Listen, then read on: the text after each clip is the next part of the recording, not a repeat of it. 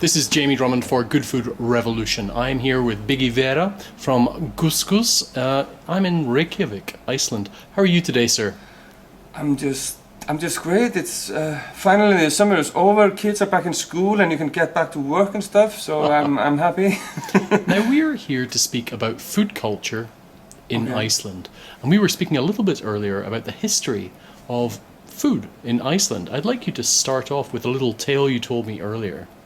Yeah, basically Iceland is a relatively young country. It was discovered in the year 1000, and it was a little bit warmer then. So it was, for the Vikings, it was seemed prosperous, but really soon they had chopped down all the trees, and it got down. And in the middle 80s, it was a little colder than it is now, called the Small Ice Age, that period in time. So basically, throughout most of the period that Iceland has been settled, nothing grew here except sheep. That was the only thing that grew in Iceland, that was sheep. So basically, Icelandic people were living on the sheep. They didn't have that many vegetables or spices or anything, so it was a really simple cuisine of sheep and everything that has to do with sheep. So you ate everything of the sheep until you just had the skin and bones, and then you fed the bones to the dogs and made clothes and shoes out of the skin. That's much like part of Scotland, I would say, actually, because sheep plays a big part in our culture. Yeah. I think that we have a relation with Scottish people. I think that's true. Now, how would you say that food culture, that food history from a way back then has evolved to where you are today? Basically, I think that the culture is very open to what is going on, and of course with very limited tradition, people have been exploring all the tradition and how to work with them. So we have had all kinds of really good restaurants here, even though the city is quite small, in various kinds of cuisines. But now it's tending to be a little bit more towards how do you say it? Something that you maybe could call patriotic. Nostalgic? Yeah, nostalgic, because there are chiefs here that are experimenting a little bit more with the traditional ingredient that was available here. And of course, as this is an island, it was some of the farmers that lived around the coast, they had the opportunity to have some like birds and eggs and stuff like that, and so even though the sheep was the main thing, there were certain kind of places in Iceland where people were experimenting with other kind of food. And fish was not big in Iceland until really late, because basically we didn't have any boats because there were no trees here, so we couldn't fish. See, I always equate Iceland. Every time I look at Icelandic cuisine, I think about fish and seafood. Yeah, but that basically came really big just in the late 1800s. Wow. And beginning of 1900, and most of the fish here was basically from the 16, 17, 1800. This was ships were coming here from Spain and UK to fish. And we didn't have any ships because we didn't have any materials to build ships, and we didn't have any money to buy ships. But basically, but in the start of the in the end of the into the 1900s, in the start of the 20th century, we got proper ships and the fish industry went rapidly fast, and we expanded our kind of jurisdiction of the sea quickly in the 50s and the 60s, with of course some nuances with the British, and we had some cod wars and stuff like that. Oh yes, I heard about those. But basically, it was reckoned pretty soon in the start of the 20th century that the fish industry that was where we could get some money and get some export and get some currency. So there was a really big political support to the fishing industry throughout the last century, basically. Now, when you were growing up, what kind of foods do you remember? What kind of food did you eat? You know, we of course ate a lot of sheep and fish, basically. That is still what is grown here. And any particular dishes that you can remember, or was there anything special that you had at Christmas time or any other holidays? yeah, you could say that the traditional Icelandic fish that is kind of the fish that the Icelandic people often eat. It is really related to cod, but it's not cod. It is really similar to cod. Maybe it's haddock or something. It's really similar to cod. We call it isa, and that is the fish that we eat. We eat that fish and sell the cod, basically export the cod. And basically the tradition for that is just to eat it boiled.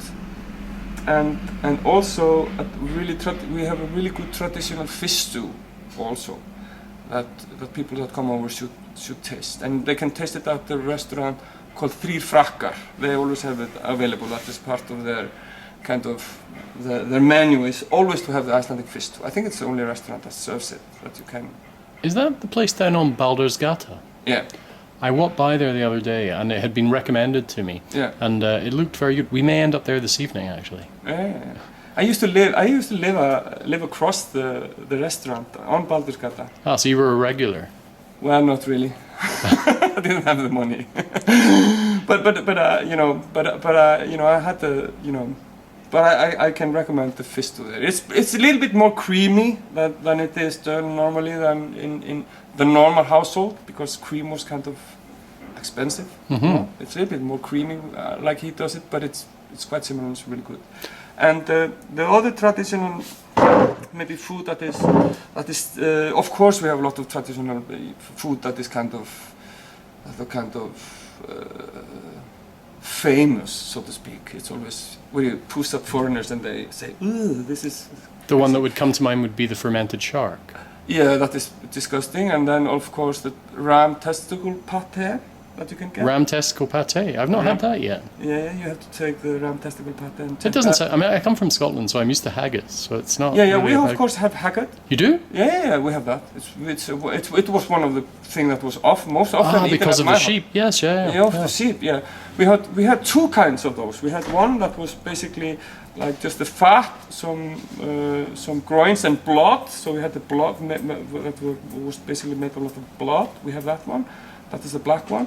Oh, the black pudding, the blood sausage. Yeah. Okay. Yeah. Black, we have that one. That is tradition. And also we have a one that is brown, not made of the blood, but made out of the liver. Okay. All right. And that is my favorite one. And it's really one of the traditional food here. You know, of course, when we got rice, when we got currency with the fish, one of the dishes that is they always love it. My kids, it's basically a rice. It's basically just rice boiled in milk. Rice boiled in milk. Okay, so it's like a rice pudding type. Yeah, thing? it's a Okay. rice pudding type, Yeah. but it's really simple. It's just Yes, rice boiled. You just boil them in half of the water that you do usually, and then you just add milk and boil it more and more and more with the milk, and it always gets more soaked. Yes, yeah. Is there sugar in that as well? No sugar. Okay, so it's a savory dish. Yeah, it's really Okay. just rice. You start with just a little bit of water, and then you have milk. You put in raisins. Raisins. Okay, so Lot that of would add a touch of sugar to it. Yeah, right? touch of sugar and yeah. touch of this, and then you put on it sugar with cinnamon. Like you have yes, cinnamon yeah. and just. So it's like rice pudding. Yeah, I rice pudding understand, with sugar and cinnamon, and then you have to have the liver haddock with it, cold. Oh, You eat that with this pudding, and that is just it's a duo. the liver of the haddock? No, the liver of the sheep liver. I see, the haggis. The haggis, right, okay, the haggis, okay, the liver haggis. Yeah, you eat that with. I see. So there's, interesting. And that is kind of standard dish at my home. But I have to recommend then one, if people come over here, that they have to, like I was saying, the weird this is the ram testicle. That nobody eats that normally. No, so it's almost like a joke for tourists. Yeah, it's a joke for tourists. Right, okay. But people used to eat it, of course, in the old days. Yeah. Of course, when they ate everything off the beast, the sheep beast. People also often say that the mentality of the sheep kind of rules the country somehow, with some mind link. At least I can see to that. some people in the country that they seem to have some kind of mind link to the sheep. Anyway, and of course you also have the sheep head. That is kind of the weird thing that you push at tourists. But some of the old guys here, like to grab one when they're driving the truck to, when they. Well, it's much like surströmming in Sweden. What's that? Surströmming, which is the fermented herring. So it's basically only a lot of the old timers who still eat that. And it's almost like a nostalgic thing, and every year they eat that and they have a big celebration and things. But the younger generations don't touch it at all. But Swede, we call it Swede, the sheep's head. Swede. Yeah. But Swede is kind of fine, The cheekbones, the cheek muscles are really, really good. Mm-hmm. So if you have, if you see it, you can. It's not that expensive, so you could at least, if you want to try it, buy it and go for the cheek muscles. They are really tender and soft. And the tongue is also a little bit special, but it is good. Oh yeah, I like lamb tongue a lot. Yeah. So the tongue is of course good as well. So these are the two bits that you could, actually eat. Do you like the brains? No. No? The eyes and stuff, no. But there are old people here that eat. I don't clean mind. it. They clean it. Yeah. I have another question for you, and it's one that I find quite fascinating. I discovered just the other day that beer was illegal in Iceland until 1989. Why on earth was that? I don't know. It was just some leftovers from the prohibition that was here in the early 20th century. We had the prohibition a similar time as in the States. For the same reasons, same kind of reasons? Yeah, people would just get drunk all over. It was, really? You can if you go through the history books and see drinking was a really serious social issues. Really? In just like it was in UK. It still is in the UK. Yeah, okay. But it was like a serious problem coming with the industrialization of the cities, and there was kind of no concerns on drinking. People were just rolling around drunk when they were coming to town and stuff like that. So it was always a concern. But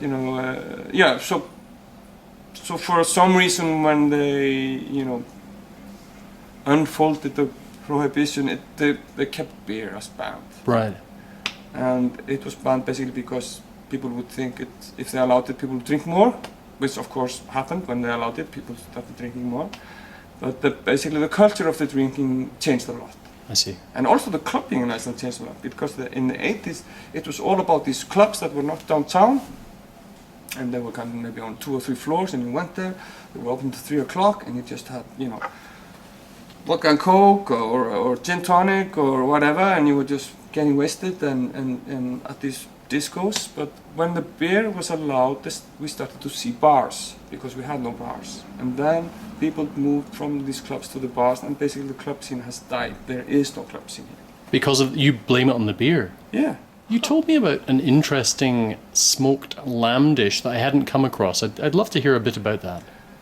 Yeah, this may be the only kind of proper holiday food that we have from the old ages, and it's basically a lamb meat that is smoked dried with a little bit of salt, and it has some kind of a resemblance to, like in the feel, like the jamón serrano in like Spain. A prosciutto or something like that? Yeah, it's similar. It's similar as this, but this is lamb. It's not pig. Yeah. But it's really, really good. But it's really similar as Spain jamón in kind of feel and kind of how it feels in the mouth. You know what I mean? But it's a little bit less oily. It's more dry. But it's really, really good, and you should try it. And the simplest way to try it is that we also have it. We also have the tradition of having it just on bread. So you do a sandwich with that, with a slice of that meat, and then you put a salad that is basically just mayonnaise, green peas and carrots. That And sounds you can buy that at any shop as ready-made to try it out. But also in the supermarkets you can pretty much buy the sliced honky cut as as made for the bread, but you can just eat it from the bag, basically. from the packages directly. You don't need to have the potatoes and all that where you have when we eat it traditionally. But basically, it tastes the same because on holidays this is a Christmas food at many households. You basically just eat it cold with some warm sauce and stuff like that. I'll have a look for that this afternoon before we fly off. Yeah, honky cut. Honky cut. Honky cut. Cut is meat. Honky cut. Honky is like hanging, Yes. and cut is like meat. Neat. All right.